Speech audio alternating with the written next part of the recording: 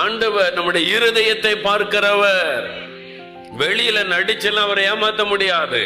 உன் இருதயம் என்ன யோசிக்குது, உன் இருதயத்துல என்ன மாதிரி யோசனை வந்து கொண்டிருக்கிற, இருதயம் எப்படி இருக்கிறது, இருதயத்தை ஆராய்ந்து பார்க்கிற தேவன். இருதயத்தை ஏன் பார்க்கிறாராம்? அந்த இருதயம் இருக்குது ரொம்ப கேடு உள்ளது, தெருக்குள்ளது. அதனால அந்த இருதயத்தை ஆண்டவர் கவனித்து பார்க்கிறார். நீங்க முழு இருதயத்தோட தேடுறீங்க, தாகத்தோட தேடுறீங்க, ஆனா பாவத்தை வச்சுக்கிட்டே தேடுறீங்களே, அது தடையா இருக்குது. ஆண்டவர் ஒண்ணு பக்கத்துல நிக்கிறாரு, உங்களால பார்க்க முடியல, அவருடைய குரலை கேட்க முடியல, பக்கத்துல தான் நிக்கிறாரு, ஆனா ரெண்டு பேருக்கு நடுவில் ஒரு ஸ்கிரீன், ஒரு தடை இருக்கு. என்னது அது? உங்கள் பாவங்கள் அவருடைய முகத்தை மறைக்கிறது.